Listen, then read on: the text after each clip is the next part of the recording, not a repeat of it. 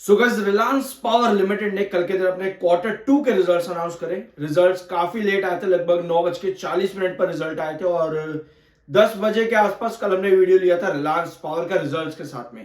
ठीक है, बहुत लेट हो गया था कल, लेकिन रिजल्ट्स पॉजिटिव और चार्ट पर उनका रिफ्लेक्शन आज बिल्कुल नहीं दिख रहा है। अच्छी चीज ये है कि आप अभी भी डायगोनल पर काम कर रहे हो, जो पिछले 3 साल से 2023, 24 और 25 पिछले 3 साल से रिलायंस पावर एक बार भी इस डायगोनल को क्रैक डाउन नहीं किया है। ये एक पॉजिटिव चीज है। बट स्टेटमेंट कल कंपनी की तरफ से एक नेगेटिव भी आया है रिजल्ट्स के साथ में। अभी यहां पर देखते हैं स्टेटमेंट को जो कंपनी ने कल के दिन दिया है। पैरा 7 पर आपको कंपनी का ये स्टेटमेंट दिख जाएगा, जहां पर कंपनी ने मेंशन किया है, we draw attention to note 8 of the statement in relation to search operation carried out by the ED यानी कि Enforcement Directorate at the group's business premises in month of July 2025। जुलाई 2025 में जो Reliance group है उसके premises पर जो ED ने investigation करी, सर्च ऑपरेशन करा, उस पर कंपनी का कहना है कि अभी भी अनसर्टेनिटी बनी हुई है। ये टर्म यहां पर आप नोट कर लेना चाहो तो, असर्टेनेबल। अभी भी इनका कहना है as the investigation is going on. जुलाई के बाद से जो इन्वेस्टिगेशन अभी भी चालू है, उसमें कंपनी के सीएफओ और कंपनी के एग्जीक्यूटिव डायरेक्टर ऑलरेडी अरेस्ट हो चुके हैं, जो कि फॉर्मर है अभी के लिए। ठीक है, farmer executive director and CFO जो कंपनी के अरेस्ट हुए थे मनी लॉन्ड्रिंग एक्ट के अंडर। अभी इस इन्वेस्टिगेशन में भी अगर आप देखोगे, impact of this said matter, अभी इस मैटर पर जो इंपैक्ट होगा वो अभी भी अनसर्टेन है, प्रेजेंटली नॉट असर्टेनेबल, यानी कि अनसर्टेनिटी अभी भी बनी हुई है।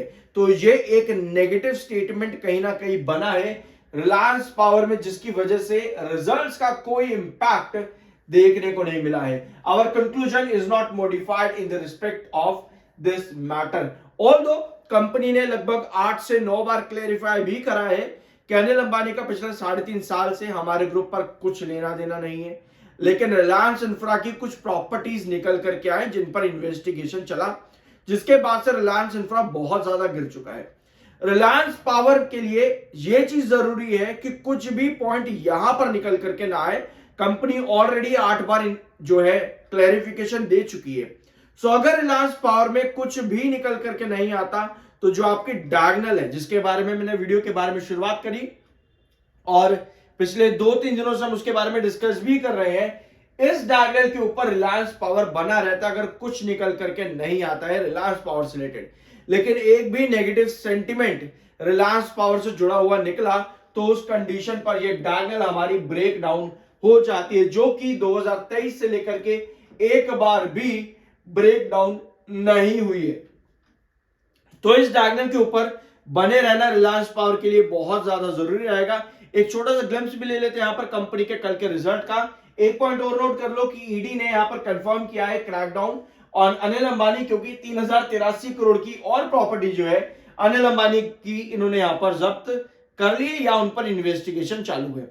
सो क्वार्टर 2 के रिजल्ट्स कल कंपनी ने बहुत बढ़िया दिए।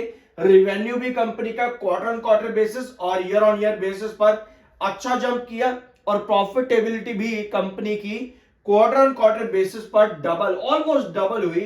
But year on year basis क्योंकि कंपनी की अदर इनकम पिछले साल सितंबर में बहुत ज्यादा थी, तो आप एक्सपेक्ट कर ही सकते थे कि वो वाला प्रॉफिट तो कंपनी डेफिनेटली नहीं लेकर के आ पाएगी। और इसमें कोई दिक्कत भी नहीं है कि अदर इनकम वाला प्रॉफिट कंपनी का इस बार नहीं आया है, तो इसमें कोई दिक्कत नहीं है कि ईयर ऑन ईयर बेसिस पर कंपनी के प्रॉफिट्स डिप आए हैं। अदर इनकम पिछले साल कुछ ज्यादा थी, तो इस बार वो अदर इनकम नहीं आई है।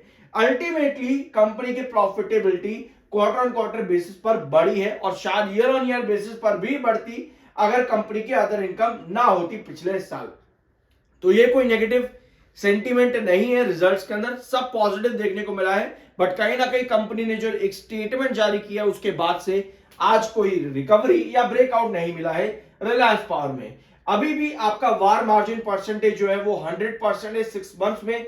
और आपको मैं कई बार कह चुका हूं, वार मार्जिन जब भी आपका 100% हो आपको वॉलेटिलिटी दिखती है, बट इस चीज को कोई नोट अभी भी नहीं करना चाहता। जब भी आपका वार मार्जिन 100% पर हो, आपको वॉलेटिलिटी मिलेगी, मतलब एक सेशन बड़ी तेजी, अगले सेशन बड़ी गिरावट भी। तो इस चीज को हमेशा नोट में रखना जब भी किसी भी स्टॉक में आपको वार मार्जिन इतना हेवी देखने को मिले। सब्सक्राइब कर देना अगर वीडियो में यहां तक आ चुके हो, लाइक कर देना। I am NISM 7 certified. अब आते हैं आपके चार्ट पे। ये है आपकी कंडीशन इस समय, आप इस डायगोनल के ऊपर टिके हुए हो। पिछले 4 सेशन से स्टॉक इस डायगोनल के ऊपर टिका हुआ है, लेकिन आज के सेशन पे सेलिंग ज्यादा है।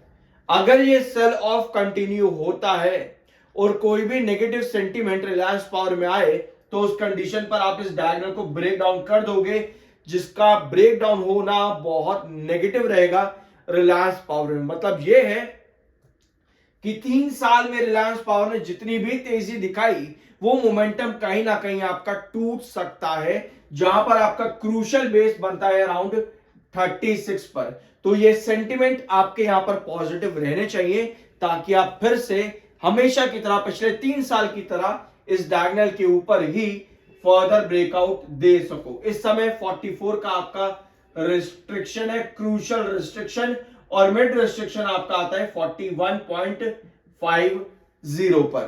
तो डायगोनल बहुत ज्यादा इंपॉर्टेंट है, यहां पर नेगेटिव सेंटीमेंट नहीं बनने चाहिए। अगर बनते हैं तो गिरावट बड़ी देखने को मिल सकती है। बाय सेल की कोई रिकमेंडेशन नहीं है, वो आपकी अपनी मर्जी और ओपिनियन होना चाहिए। मिलता अगले वीडियो में।